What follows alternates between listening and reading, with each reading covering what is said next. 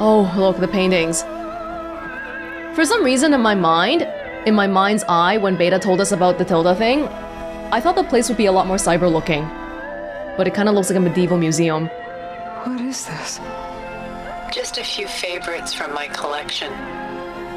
Rescued and stored here just before I went off-world. Take a look, if you like. I'm curious to hear your impressions. My friend is dead. Beta and Gaia are gone, and you want me to look at old paintings?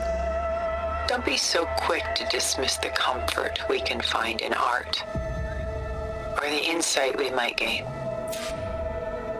For someone who's lived like 1,000 years, we've got to have different perspectives in life. There are things that she understands that I just don't.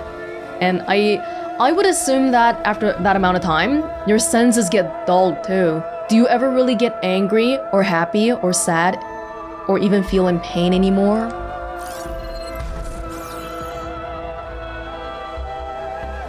I mean, I'm not really in the mood to look at art, but we will look at it. My favorite pairing on the left is Woman Reading a Letter by Vermeer, a true master. And on the right is a forgery, Woman Reading Music, which fooled experts into believing it was a priceless original. Early in my career, I became fascinated with such deceptions. Eventually, I developed scanning software that could detect fakes with unparalleled accuracy. Is that how you made enough money to buy your way onto the Odyssey? Oh no. I made my real fortune later. Beta mentioned that she was an exceptional hacker, and that's why she was able to build these spaces without the others detecting. Why do you keep the forgery? I've always enjoyed studying the two side by side. Both painters capture light, color, and perspective. But what makes one a masterpiece and the other simply an imitation? The forgery looks sharper. It does. Good eye. The details are crisp. The contrast bold. It tells us more, and yet we feel less. Personally speaking, when I look at these two, I prefer, like just side by side, I would prefer the right one. And also from like a YouTube thumbnail perspective, the right one is better because the subject matter is bigger, you see more details.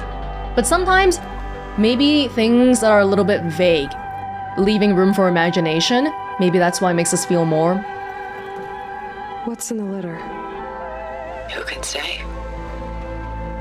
What does the painting tell you? She's concerned. Whatever's written in the letter troubles her. A burden she can't put down. Fascinating. Why go through so much effort to make a fake masterpiece?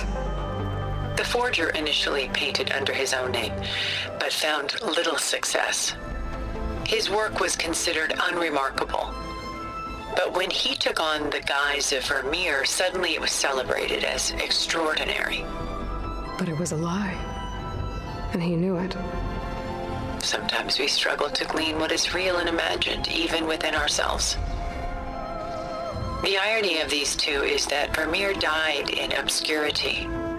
He had no idea his work would become some of the most precious, most copied, most preserved pieces in all history. What is that sound? Woman reading music. Woman reading a letter. Absolutely though, whether you become famous or successful by the conventional standards, mass appeal and all that, luck definitely plays a factor. Because at some point, just because you're the most skilled person in the world doesn't mean you'll be the most successful. A lot of little other factors go into it. Selene and Endymion. She's the goddess of the moon, whereas he's a simple shepherd. Beside her is the god of love, Cupid. So she's sneaking up on him? More more like visiting him in secret. The torch that Cupid bears represents Celine's undying infatuation with him. Though the two must remain apart, her love will forever burn. And why can't Celine and Endymion be together? Celine took a vow of chastity, promising to never take a lover. So when she fell in love with Endymion, she could only visit him at night while he slept. But then wouldn't she be breaking that vow? Think of it as a forbidden love. Though circumstance keeps them apart, still they find a way to come together, however briefly. Aren't Celine and Endymion cold? Perhaps we should move on to another piece. Well, look at the Tanakh. They're always like that too. Shall we move on?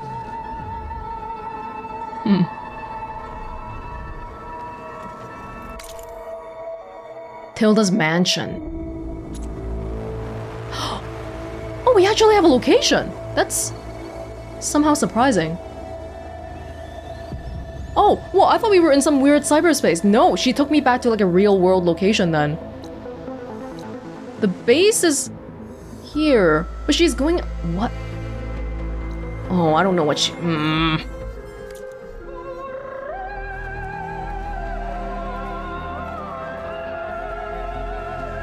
This is Rembrandt painting Jeremiah, a man in mourning. Mourning what? His home. The ancient city of Jerusalem. He foresaw its impending doom, but could do nothing to prevent it. So instead, he saved its treasures from destruction, just as I saved these works. You could say we're kindred spirits. I don't think she's just talking about the paintings.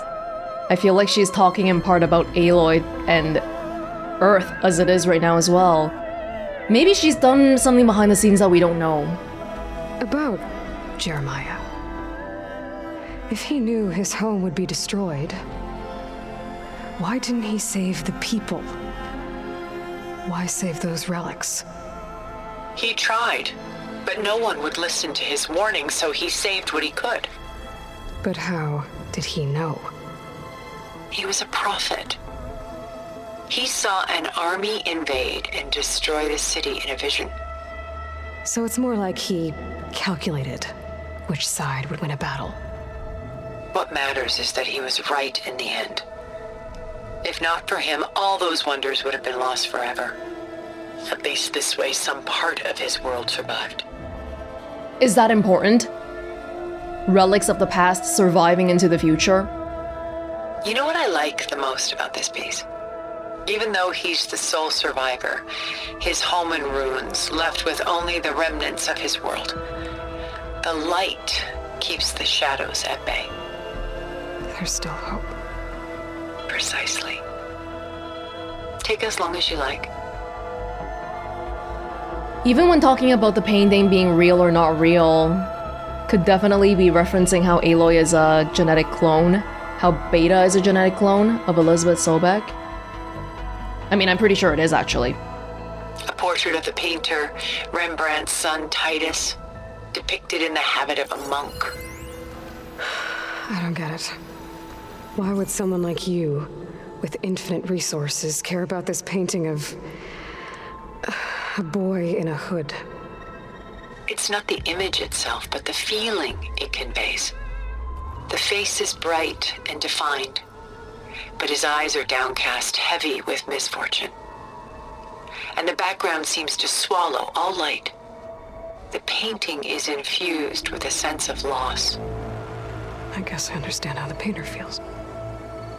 Works of art such as these can often cause us to look inwards at our own lives. I'm sorry about your friend. Had I been able to intervene, I would have. But the risk of losing you as well was too great. Everything went by in a blur. I couldn't get to him. You know, long before holograms and focus recordings, people relied on art to memorialize their loved ones. Because of works like this painting, their lives are immortalized. Rembrandt had 4 children by his wife. All but Titus died shortly after she gave birth to them. She passed not long after that. Titus became the only family Rembrandt had. Which is why he painted him this way. Indeed. Then tragedy struck again. Disease claimed Titus at 26. It's almost as if Rembrandt painted the future, closing in on him. Rembrandt actually painted several portraits of Titus, but this one has always been my favorite. It's honest. What do you mean? In others, Titus was portrayed in brighter, livelier states, but here, Rembrandt allows himself to express his true feelings. Sorrow, fear, hope, love, laid bare on canvas for all time. I see this one resonates deeply with you.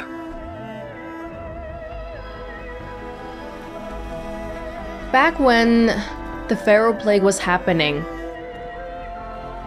people in Far Zenith's position had two choices. They could leave, or they could choose to stay and fight. Fight knowing that we're not fighting for the present, but for the future. Like what Project Zero Dawn is, right? So I feel like that's sort of portrayed. Yeah, Tilda's right. Looking at paintings might cause you to look inwards. Tilda says, what matters is that he was right about the future being doomed. And the Zeniths could probably have, with their wealth, they probably could have taken more people with them too, but it wasn't, their goal in leaving wasn't to save people or mankind or anything. It was a very self-preserving kind of leaving. It was just, well, things are getting kind of crappy here, so I'm out of here because I have the ability to leave, and that's that. Rembrandt's The Night Watch, by far the most famous painting my homeland ever produced. It was commissioned to honor a militia made up of influential citizens. I guess you must have been an influential citizen. In my day. But not as influential as you've been in this new world. You know about my work? The militia. They look disorganized. Where others painted such scenes in a stiff and stationary manner, Rembrandt chose to show them in action, preparing to march. He wanted them to feel alive. You can almost hear the commotion. Who's the girl in the painting? She's a strange one, isn't she? Bathed in light, though no one is paying attention to her. Many believe she's a symbol of the militia. A physical manifestation of their spirit, if you will. But she's not real? What's real in a painting? She's meant to represent the militia's virtue and victory.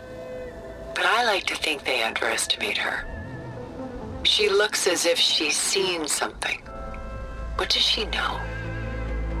What secrets does she keep? There's so much detail to take in, isn't there? Why did you bring me here? What do you want from me? Why did you save me, but not Beta? What is your goal? The Gust. By Willem van de Velde, the most famous of his many maritime paintings. A ship crossing into the unknown. I guess you're familiar with that. Indeed, which is why I appreciate this composition in particular. Though waves and wind threaten to destroy the ship, it perseveres, clinging to the light even as darkness closes in all around it. Where is the ship going? To a faraway land, most likely. My ancestors used ships like these to explore the world, sometimes at great cost. What were they looking for? Anything of value. They were traders willing to face unknown dangers to make their fortunes. But no matter how far they went, they always turned their sails home. I wish you guys didn't come back. Because now you want to take everything and claim it for yourself. So this Von de Velde only painted ships? It was his specialty. Following in the footsteps of his father, Willem the Elder. The two had quite a journey of their own, taking them all the way to the court of a foreign kingdom. Did they ever come home? No, but eventually their lives worked it. Take your time. What is the machine sound we keep hearing around us?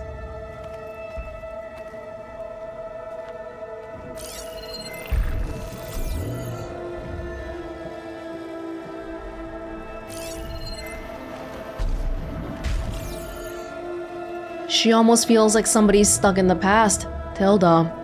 Even though you're literally the most advanced people there are in the existence of history that we know of. She's pulling out her own hair.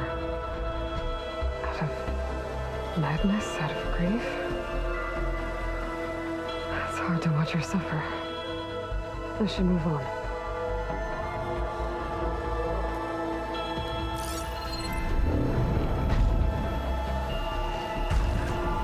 There are machines around here.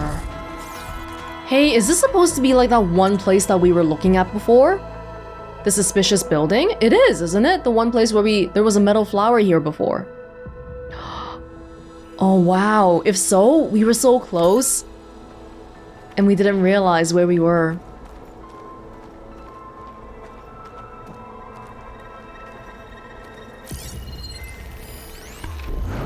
Lidded ewer for Amsterdam Goldsmiths Guild. Adam van Vienen. Stunning, isn't it? Paintings weren't the only masterpieces of my people's golden age. This is Van Vianen's lidded ewer, molded from a single sheet of silver. What was it for? How like Elizabeth you are. Function over form. Its practical purpose was less important than its meaning. Van Vianen created it in honor of his late brother, who himself was a famous silversmith. A memorial. Yes. Such beauty from sorrow. I'm beginning to feel like Elizabeth and Tilda, they were friends, right? But they might have been very different people with completely different philosophies. The biggest indicator of which was Elizabeth choosing to do Project Zero Dawn, staying on Earth to save the future, and Tilda leaving. Like, that's just completely opposing ideologies. If this ewer was a memorial, how did you end up with it? As the Pharaoh swarm closed in, my homeland's greatest museum gave it to me, along with many other works, in the hope that I could preserve them. A masterpiece like this was too important to lose to history. I even considered bringing it with me off-world to ensure its safety. Why didn't you? I took a calculated Ah. risk. This vault seemed more secure than the unknowns of space. Besides, I thought someday I might return. A long life, after all, has its advantages. Now, lo and behold, here I am. This is her mansion, as in, this was her mansion before she even left Earth. I see. I thought she just made this place here after they landed. Exquisite, isn't it? Is this, Dutch? All the Vander blah blah blahs? A lot of weight on his shoulders. I know the feeling. I should move on.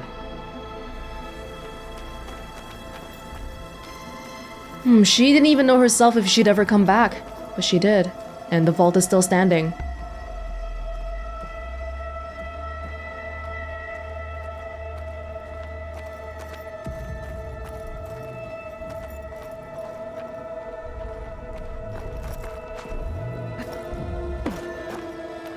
It's not like it's in super nice condition,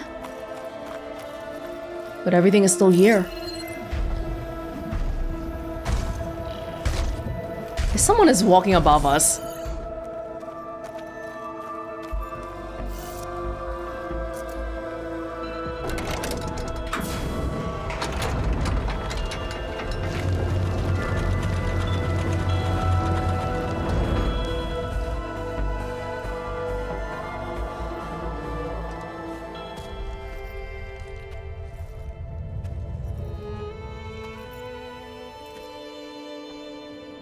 There you are.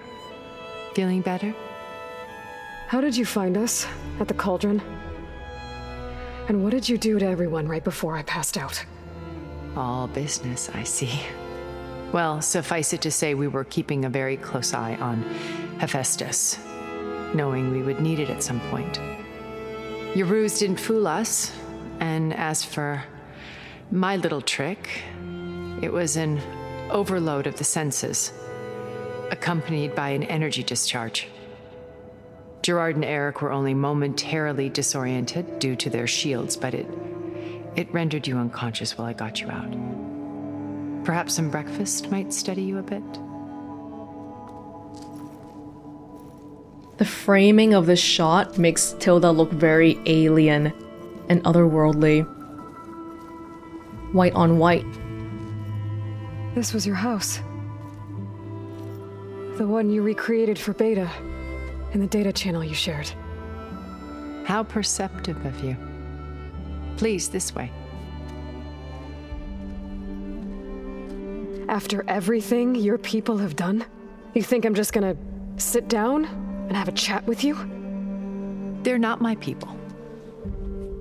They never were, and especially not now. You shot off into space with them. Yeah. And lived with them for 1,000 years before coming back. So what made you suddenly turn on them? Quite simply, this. My old focus. You repaired it? Oh! But that means you've seen Incredible things. What you've accomplished in 2 decades of life. The one back in the proving lab, the one that I smashed. 1,000 years at my back and I haven't even come close.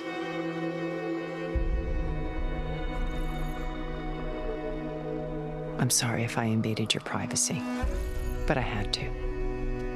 In order to understand. To be enlightened. You truly are Elizabeth's blood. With her drive, her sense of mission, her integrity. Watching all this shamed me for the company that I've kept. Having seen it, all I want is to help you. even if it means stopping your friends? Especially so. Please, sit down.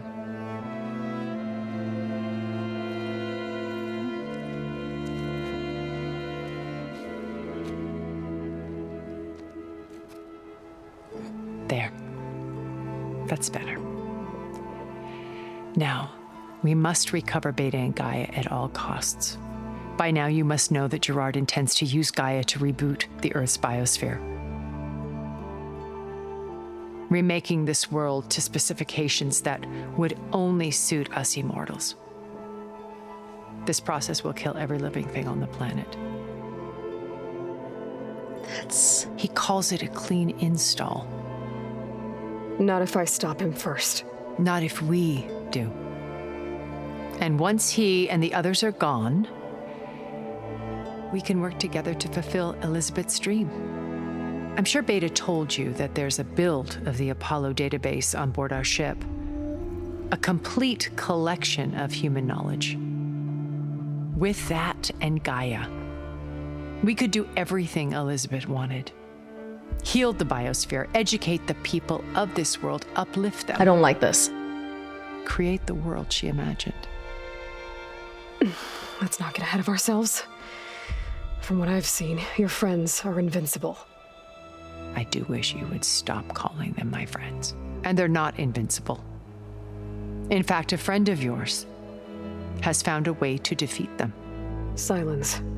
Oh, he's been a busy bee, building an army powerful enough to crash through Gerard's precious base. Yeah. Regala and her rebels. Even now, she's preparing a final march on the Tenakth capital. When she wins, she'll have the entire tribe under her control. Hundreds of warriors and machines to throw at the base. She's been duped. They'll all perish, of course. But it should be enough to break Gerard's defenses and allow Silence to kill him, along with all the others. Using the new weapon he's developed. Yes, he's found a way to circumvent our shields. Truly an exceptional man. He's planned for everything, except you and me. You see, while his army is battering down Gerard's doors, you and I will sneak in through a back way, one that only I know about, while Silence and my friends are busy battling each other. We'll take back Beta and Gaia. I told you I want to help you. I mean it. Can I talk now? Okay. I don't like it. I don't like this. First of all, you don't want to be associated with the people that you blasted off into space for 1,000 years with. Unless if they were holding you at gunpoint, I don't think you get to say this. Like, that's just not how this works, okay? You can't just look at my old focus and then have a sudden change of mind and then I'll just be like, oh, okay, you're on my side now. Okay, welcome, join us, please. No, that's not how that works. I find it very disingenuous how you say, we're gonna uplift the people here, make the world better, and the next second you're talking about how Silence is gonna use Regala, and then, you know, all the Tenakth are gonna die because it's all a ploy just to defeat the Zeniths. Anything to defeat your friends, right? Even at the cost of sacrificing all the people that you're here to supposedly come uplift. And that whole spiel about building Elizabeth's vision felt very... Maybe she's too used to being immortal. It sounded very, like, dictatory. I don't like it. I don't like it. You said Beta is not in urgent danger, so what are the Zeniths doing to her? Putting her to work. Merging Hephaestus with Gaia. A difficult, time-consuming task, as I'm sure you know. They will compel her if need be.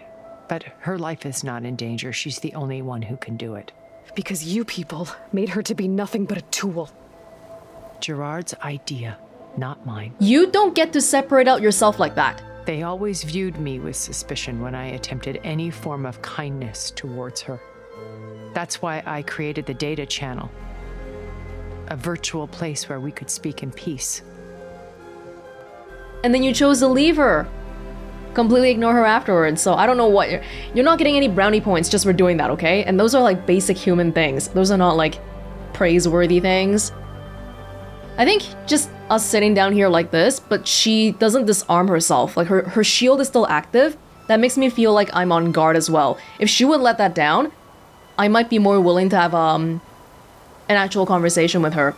Just like earlier, how we talked about if you become vulnerable, then people will become vulnerable back to you as well. But you literally have your shield up. I feel like I can't trust you. So this channel you shared with Beta, none of the other Zeniths ever found out about it. Gerard believes he's the most cunning of all of us. Even after 1,000 years, he still can't imagine that I would outwit him. The channel allowed me to interact with Beta away from their mistrustful eyes. It offered us a chance to be ourselves. Until you cut off all contact. Yeah. Yes. Though it pained me. I was worried that our meetings would do her more harm than good. Well, she felt like you tossed her aside. I was afraid the others would find out and punish her. She may not have had the comforts of friendship anymore, but at least I ensured she was safe. I know it seems harsh, but you must believe that her well-being has always been paramount to me. Her physical well-being. No guarantees about the mental. It doesn't mean that... Okay, I don't really like the vibes you're giving off to me right now, but it doesn't mean I'm not gonna work with you. Because, like it or not, you're still our best chance at getting back to them because you know so much about the Zeniths. You're literally one of them. So I'm still gonna work with you, but right now I want to hold you at arm's length. Why did you make the data channel look like this place? I built this house as a shelter to weather any storm. A safe place. Not just for me, but for the art stored below. Cultural artifacts of incalculable value. Truly some of the greatest achievements of human civilization. And you wanted Beta to see them? Yes. Her upbringing was so cold and technical. I thought if she could experience Vermeer and Rembrandt, it would bring something else into her life. A heritage every bit as valuable as the scientific and technical data being drummed into her. I'm sorry I had to cut off contact, but I'll never regret sharing this house with her. She needed its shelter even more than I did. I don't disagree with what you try to do, but I feel like she would prefer talking to a person than looking at some paintings. But maybe that's just because I'm not an art buff. My old focus. How did you find it, let alone repair it? When we encountered you at the Hades Proving Lab, Gerard saw you as a redundancy. I knew better. You were a revelation. After your dramatic escape, bravo, by the way. Gerard and Eric assumed you were dead and gave up the hunt. I wasn't so sure. When the others were busy, I returned to the lab and searched for any trace of you. That's when I found this little treasure. Not easy to repair, but certainly worth the effort. As I watched your life unfold, you were like a splash of color on a worn canvas. What Liz was, and more. Liz. Did you show it to the others? Of course not. It was your actions that inspired me to defy them. It's worth noting that if I hadn't found it and watched its contents, I wouldn't have known to save you at the cauldron. You'd be dead. Should I thank So you? I should be grateful. If you like.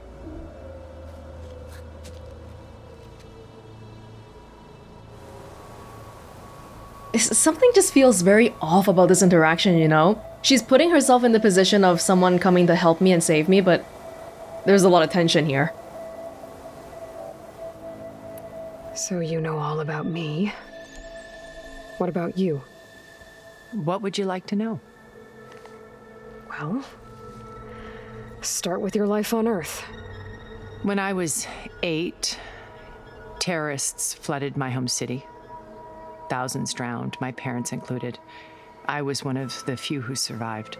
My guardian sent me to boarding school. Among my peers, I was the strange girl, the orphan to be avoided. All because of circumstances beyond my control. Oh. So we're a lot alike, huh? Aren't we? I don't You're think an so. outcast. But you didn't let that stop you from getting what you needed. Neither did I. I climbed my way out of desolation and used my wits to build a fortune. First, from the technical analysis of art and the detection of forgeries. Profitable expertise in those days. But as it turned out, the software I developed was even more useful for counterintelligence. From there, it was only a short step to gathering extremely valuable intelligence on my own. You were a spy? More like a service one could turn to for information. I had to remain anonymous, of course, to protect my privacy. But despite that anonymity, Far Zenith inevitably sought me out. We might have similar beginnings, but everything Aloy does is for the good of the people. What you did is climb up the corporate ladder, so to say, which, you know, all the more power to you, but I don't think it's the same. What happened when Far Zenith approached you? They painted an irresistible vision of humanity's future. One where we need not fear illness or death, where we explored the furthest reaches of the stars and thrived. It was only later that I realized that they only intended to bequeath this future to the rich and powerful. By the time I finally figured it out, the walls were closing in, Pharaoh's machines were devouring the earth. So I accepted Far Zenith's invitation to a berth on the Odyssey. I wanted Liz to come, but she had nobler plans, as you well know. They were close, Liz. Back when, I don't remember if the Far Zeniths were made just before the Odyssey took off, But it sounds like when the group was made, they already had plans of putting a whole ton of research into immortality, and they were pretty confident that they'd get somewhere. But even before they left, they were thinking, oh yeah, you know, there won't be disease, blah, blah, blah, blah, blah. I thought it was more like, oh my god, we're rich, we can get out of here, let's get out of here, and then we'll figure out the rest. But no, it sounds like they already had a lot more plans after that. So you didn't know the other Zeniths were monsters until it was too late? I knew some of them were, certainly. It wasn't until we were off planet that I understood the true scope of their greed. I was grateful to simply be alive, but the others became obsessed with a kind of effortless immortality. They built a colony where machines serviced their every need, where any memory or fantasy could be endlessly savored in virtual reality. It wasn't life. It was stultifying, a pampered dream state. As the decades passed, I withdrew more and more, alone yet again, but this time with eons to consider my mistakes. Now, finally, having met you, I feel like I have a second chance. To do what? Help you, of course. To fulfill Liz's dream, which isn't so different from Far Zenith's original vision. A better future for humanity.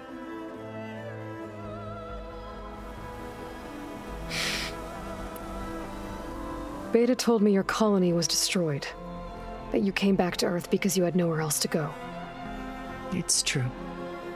After we reached our destination, a planet in the Sirius star system, we spent decades building a new home. The physical constraints of Earth, the boundaries of mortality, gone.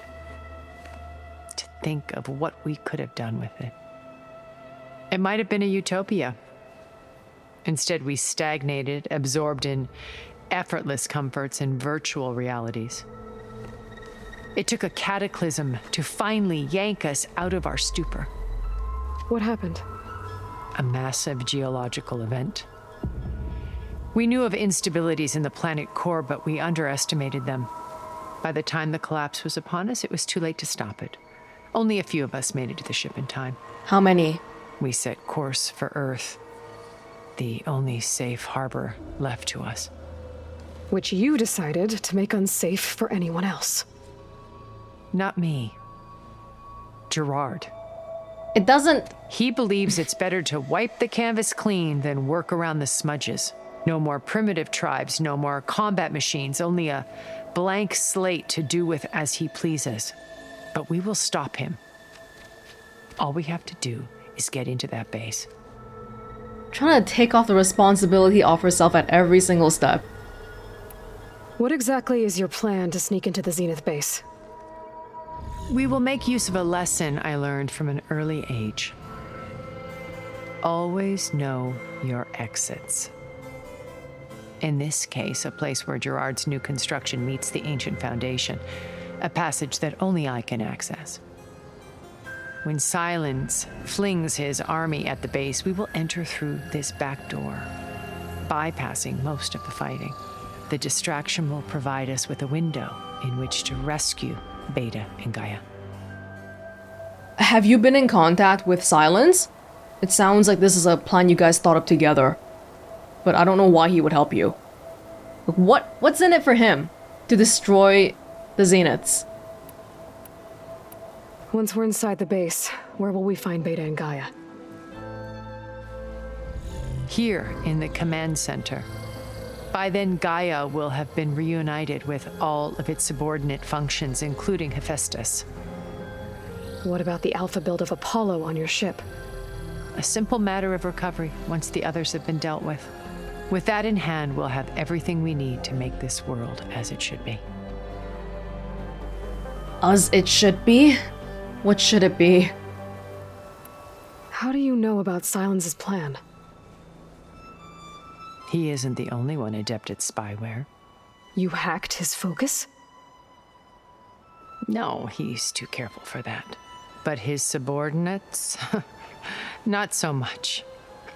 He gave additional focuses to the tribals he branded the Sons of Prometheus. The ones working with Regala. By tapping their focuses, I learned about most of his dealings.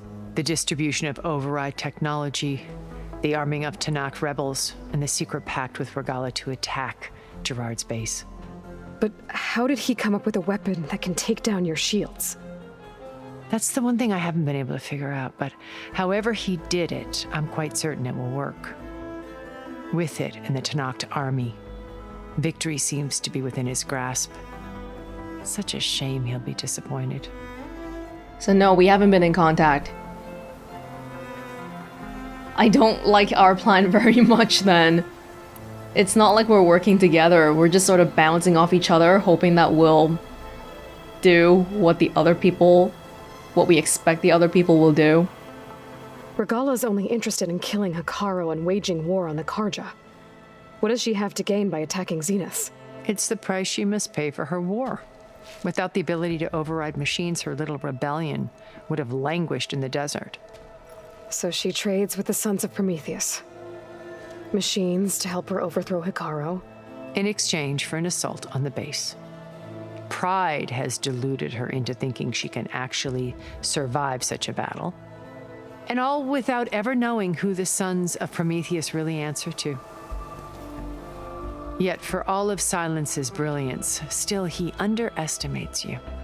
That blind spot is what will allow us to take Beta and Gaia right out from under him. While hundreds of Tanakh are cut down outside. Yes. Yeah. I gotta say, I completely forgot about Silence for like a good 10 hours. Up until now, I completely forgot about his shield thingy. Yeah. So you knew Elizabeth. What was she like? Liz was everything she was. I see in you. And more. Your ingenuity, your determination, your moral compass. You've managed to distill her greatest qualities and make them your own. I'm not asking about me. Tell me about Elizabeth. What was she really like? The honest answer is that I don't actually know. For all the time that I spent with her, she always kept a part of herself locked away. It was like that from the moment we met. Well, the way you act with me right now doesn't really inspire me to share much of myself with you either. So when you met Elizabeth, she was what? Distant? Aloof? Not aloof. Not exactly. It was a summit in Paris about machine learning, a touchy subject in those days, because regulatory authorities were just starting to clamp down on AIs. Liz gave the keynote address. She had already achieved great renown for her work in automated environmental reclamation. But in her address, she was just starting to imagine the next step. An AI-driven system that wouldn't just act on its programming, but actually take responsibility for its sphere of influence. To care about life. Not just follow orders. Revolutionary stuff. I was fascinated. And I wanted to meet her for a long time. I watched her after her talk. She had spoken with such moral authority, such empathy. But after that, she retreated. I could tell she felt uncomfortable with all of her admirers. It was as if giving the talk had cost her something. I didn't want to be a pest, so I planned my approach carefully. Elizabeth sounds quite introverted. So how did you finally approach Elizabeth after her talk? I picked the right moment. The morning of the next day, right as she came back to the conference, she had just had her coffee. She was fresh, rested. It was like she had braced herself for the onslaught of colleagues. You sound a little bit scary. I asked if I could walk with her, then put forth a question about her talk that I thought was intelligent. Her answer made me realize it wasn't. But she was very welcoming. Almost as if we were previously acquainted. It was only halfway through the conversation that I realized she knew exactly who I was. It was quite a shock to me. My business was trafficking in secrets, and I took great pains to protect my anonymity. So that was Liz, perpetually one step ahead. I came to view our meeting as a metaphor for our friendship. She always seemed to know me far better than I knew her. I guess I know the feeling.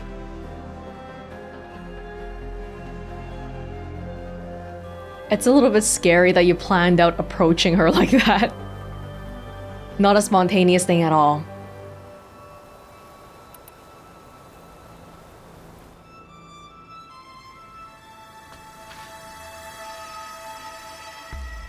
First Varl. Now Hikaru and the Tenakth. Your plan would wipe out an entire tribe. There has to be another way. We are in an admittedly desperate situation, but I assure you there isn't. Remember Zero Dawn.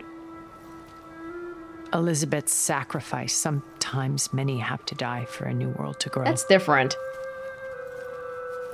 Things are not that dire. If it looks impossible, look deeper. Wait. The data channel. It still exists, doesn't it? I need you to open it. Let me talk to Beta.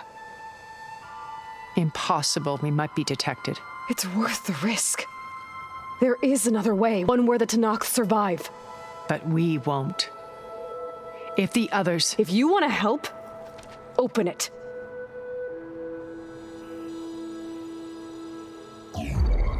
Tilda has very, very strong self-preservation tendencies. I can't see her sacrificing herself if it means that Liz's vision for a new world can come about. It might have to do with her upbringing, because she was an orphan and all that.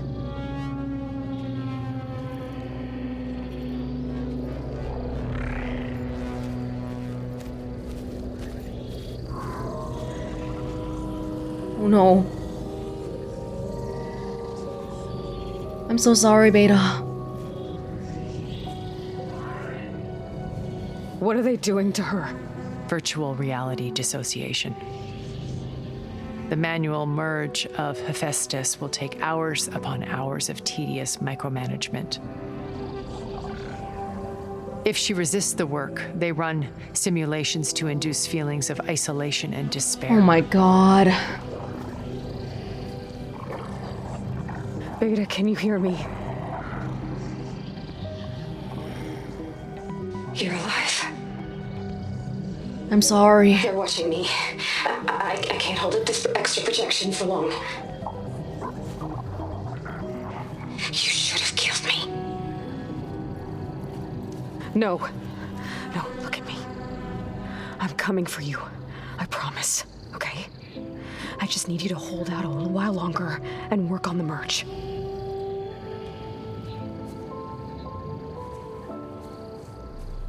Then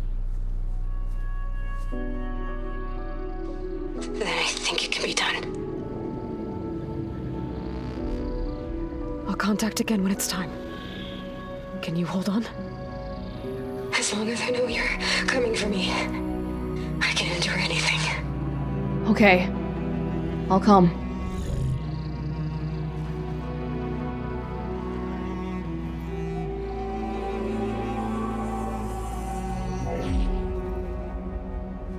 All right.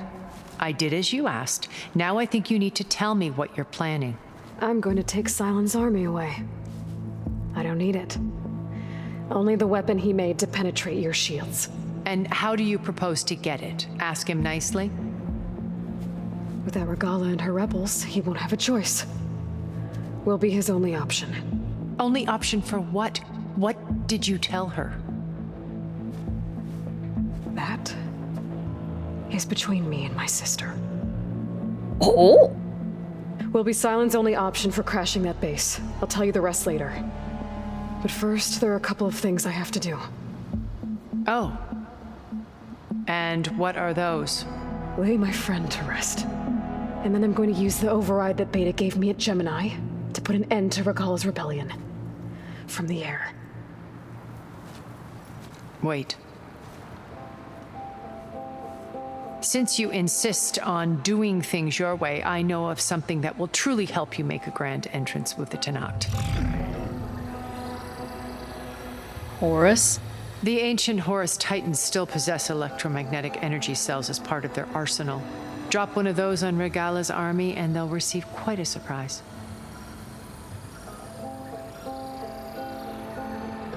So go, do what you must. I'll come to your base if you manage to bring silence to the table. Not if. When.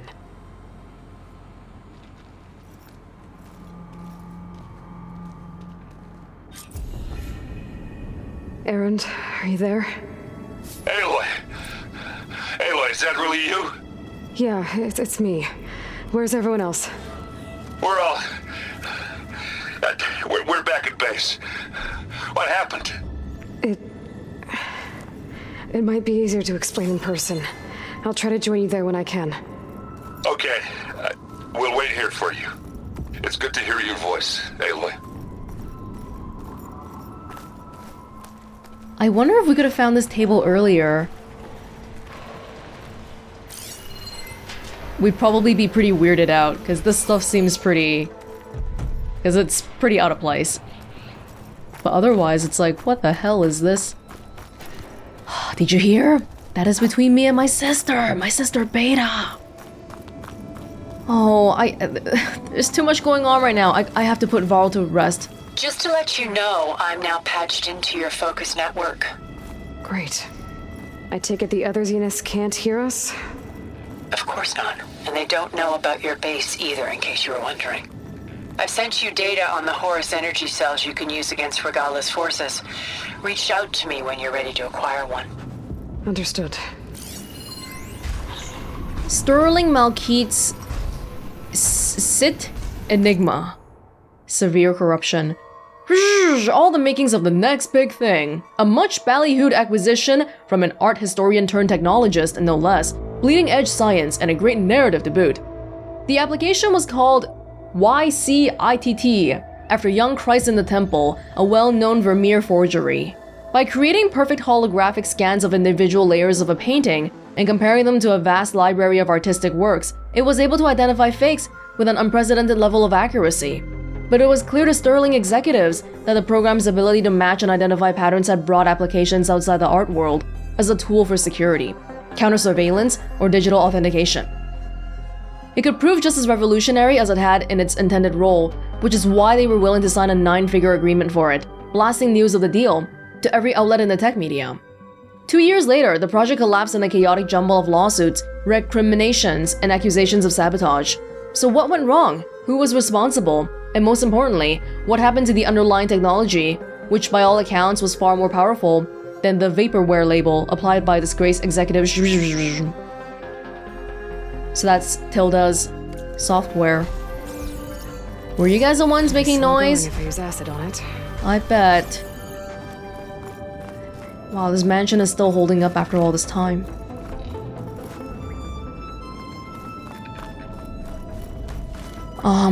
We finally got the Wings of the Ten quest. There you go. I want to do a little bit of like side stuff, but if Wings of the Ten is where we learn how to fly, that would be a good one to do early too. Oh, we can actually see it from here now. I feel like we've never been able to see it that clearly before. Zenith Base. Oh wow, we were already here before.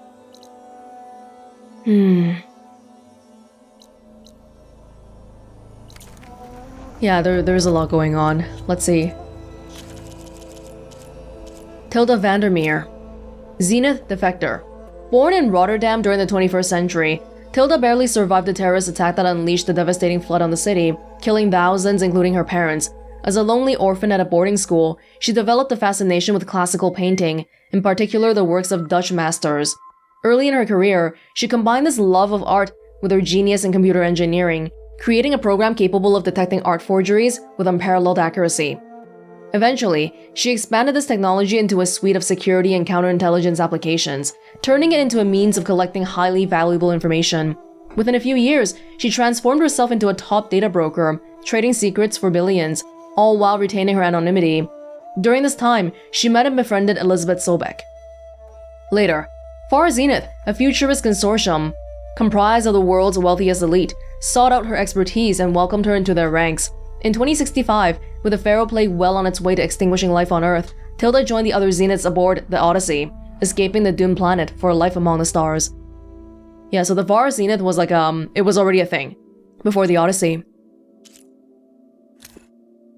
Gerard, no last name. Little is known about Gerard, leader of the Far Zenith faction that returned to Earth after the destruction of their colony in the Sirius system. Oh, Tilda mentioned a cataclysmic event, but like what kind? Like an earthquake or intense thunderstorms, or what are we imagining here? During the 21st century, he was undoubtedly one of the world's richest and most powerful men, with arrogance to match. He cares nothing for the tribal denizens of Earth, the local fauna, and is more than willing to wipe them out to achieve his goals. Even while on Earth, he probably didn't care about anybody. Oh, there's one more. Oh, one more character, huh? Eric. The primary enforcer of the Far Zenith faction that returned to Earth after the destruction of their colony in the Sirius system. During the 21st century, he must have been rich and powerful, and his demeanor suggests a military past. Cruel and sadistic, he enjoys inflicting pain, and he is armed with a powerful suite of weapons to help with that goal. How many people are here, though, from the Zeniths? We know they have a ship in orbit, and all that, and in the base. Is it really just 3 people, or are there more? We need to know this. These are things we need to know.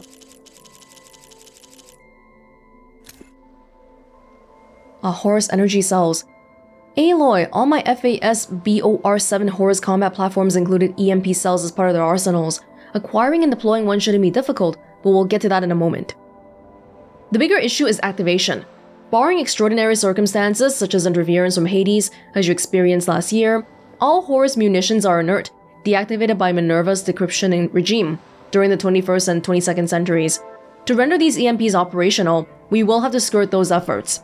I've devised a way to do so without causing unwanted repercussions, a bespoke code signal that should enable all and only such devices in the vicinity. I've transferred it to your focus. All you have to do now is send it out. A zero-dawn communications relay should do the trick.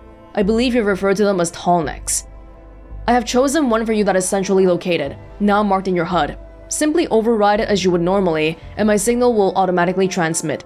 Every EMP on every Horus within a 500-kilometer radius should come online. Onto acquisition and deployment.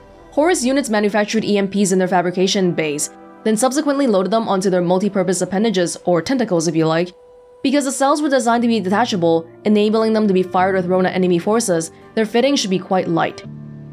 The only way to attain them will be through the air, but it sounds like you already have that covered. We do? When you reach one, it should come loose with a hearty yank, rust or corrosion notwithstanding.